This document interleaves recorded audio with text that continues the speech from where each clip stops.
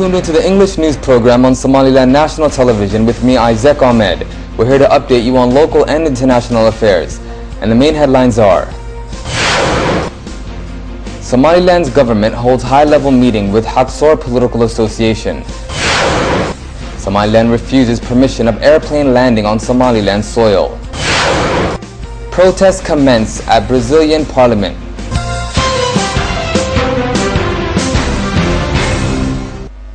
The President of Somaliland, alongside other senior government officials, including the Vice President, cabinet ministers, and senior political figures, held high-level meetings with the Chairman, Deputy Chairman, and top officials of Opposition Political Association, Haksor. The meeting focused on the best plausible methods of curtailing the political disagreements between the Opposition Political Association and the government, and as told to the media, both sides agreed on a number of points which entailed a significant agreement reached. Haksor Political Association was one of the political associations that ran in previous electoral bouts, however did not make it to the last round due to a lack of votes. Supporters of the association held several demonstrations and protests, which ultimately led to the important meeting held yesterday, marking this historical agreement.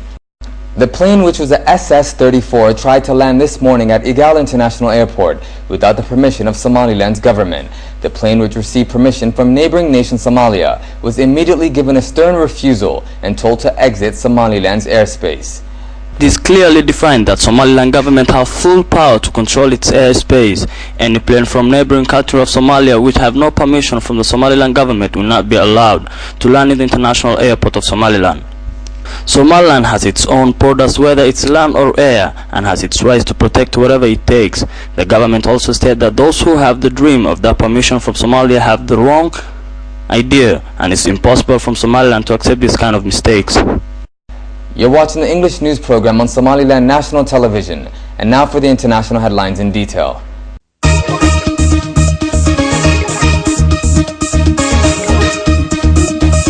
Demonstrators climbed onto the roof of the National Congress building in Brasilia to protest over soaring prices and the cost of staging the next World Cup. Thousands marched through at least 10 of Brazil's largest cities in a wave of discontent at what they see as the wasteful use of public money. The protests have increased as Brazil hosts the Confederations Cup, seen by many as a dress rehearsal for the 2014 World Cup and the Olympic 2 years later. Flagging up the billions in taxpayers' money spent on new stadiums, protesters have also expressed anger about inequality and corruption, demanding higher public spending on health and education. Diplomats apart from British Prime Minister David Cameron is discovering that hosting a G8 summit is a tough job. Transatlantic trade and sorting out Syria have dominated the first day in Northern Ireland, but resulting in widely differing degrees of success. The US and the European Union have, however, agreed to launch talks on creating between them a free trade zone. Trade between the two is worth 455 billion euros per annum, but negotiations will not be easy, with each side wanting to safeguard particular industries. Trade is critical, but it's not alone a silver bullet. It has to be part of a comprehensive strategy that we pursue on both sides of the Atlantic, warned President Obama.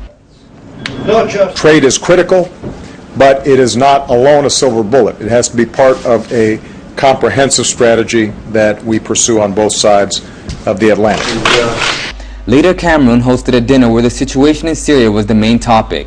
We're talking about what could be the biggest bilateral trade deal in history.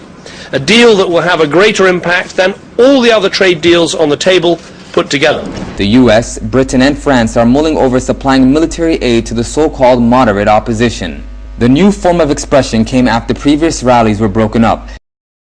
It began as a lone silent protest in Istanbul's Taksim Square. One person standing still, staring into space. No chants, no banners, and no slogans. Hours after the first silent protest took their stands, many others had flocked to join them, defying the Turkish government's ban on public gatherings in the square. A similar tactic was adopted by demonstrators in Ankara. The aim was to take it in turns to prolong the protest, but in Istanbul the police had other ideas. After several appeals to leave the square, officers intervened in the evening. People were led away quietly and taken away in a bus. The Deputy Prime Minister raised the idea of deploying troops, but later claimed his comments were taken out of context. Thank you for watching. That's the end of our news program. Until next time, goodbye.